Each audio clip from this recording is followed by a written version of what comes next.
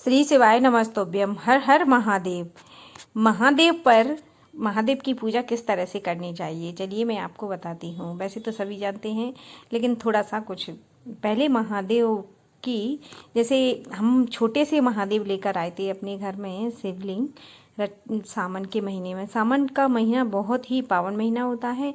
इस महीने में आप अपने घर पर बाहर से शिवलिंग लाकर रख सकते हैं, कहीं से भी, मार्केट से या कहीं धाम में गए हो वहाँ से। तो मैंने सबसे पहले महादेव पर जल चढ़ाया है। जल चढ़ाने के बाद उन पर मैंने दूध अर्पित किया है, और दूध चढ़ाने के बाद मैंने उन पर शहद महादेव को बहुत ही प्रिय है। अगर आप शहद का भोग लगाते हैं, शहद के भोग से महादेव बहुत प्रसन्न रहते हैं। इससे उनकी प्रसन्नता कुछ ज़्यादा ही अधिक हो जाती है।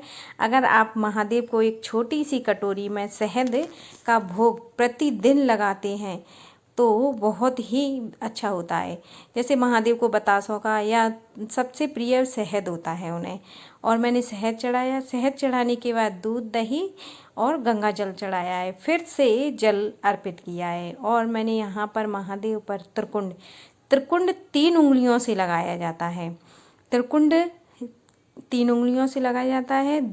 2 उंगलियाँ पहली, सेकंड और थर्ड, इन तीनों से, और तीसरी वाली उंगली से ही जो त्रिकुंड लगाते हैं उसी से उन पर बिंदी लगाई जाती है। और यह है शहद। देखिए, अगर शहद से में आप शमी पत्र का श्रृंगार महादेव पर करते हैं तो इससे संतान की, जैसे हमारे बच्चे किसी जॉब के लिए जा रहे हैं तो वह काम सफल होता है, या बच्चे पढ़ नहीं रहे हैं, पढ़ने में मन नहीं है बच्चों का, तो इससे जो शहद का और मधु का जो प्रयोग होता है वो बहुत ही लाभकारी होता है। और जैसे आप किसी काम के लिए बाहर जा रहे हैं घर से, तो वह कार्य भी आपका संपूर्ण हो जाता है।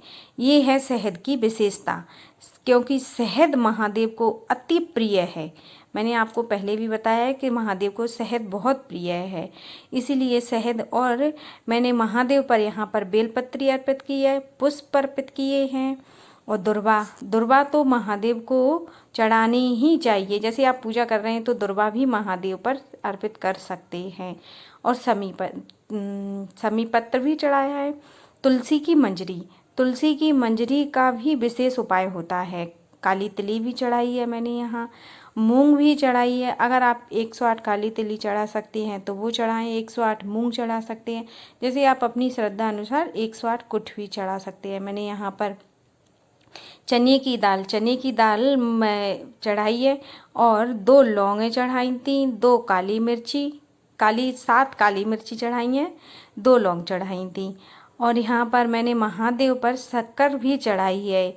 ये भी बहुत ही महत्वपूर्ण होती है। महादेव पर अगर आप शक्कर चढ़ा रहे हैं तो इसका विशेष ध्यान रखें कि यह महादेव के ऊपर ही चढ़नी चाहिए, नीचे नहीं गिरनी चाहिए।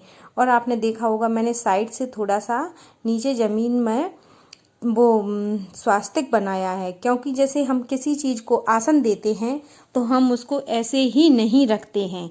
आसन देने के लिए हमें जैसे या तो किसी बर्तन का प्रयोग लेना पड़ता है, या हम अपनी चौक थोड़ी सी चंदन से वहाँ पर स्वास्तिक बनाकर उस पर चावल रखकर और दीपक, धूप बत्ती या भोग की कटोरी रख सकते हैं। 3 बार ताली बजाते हैं।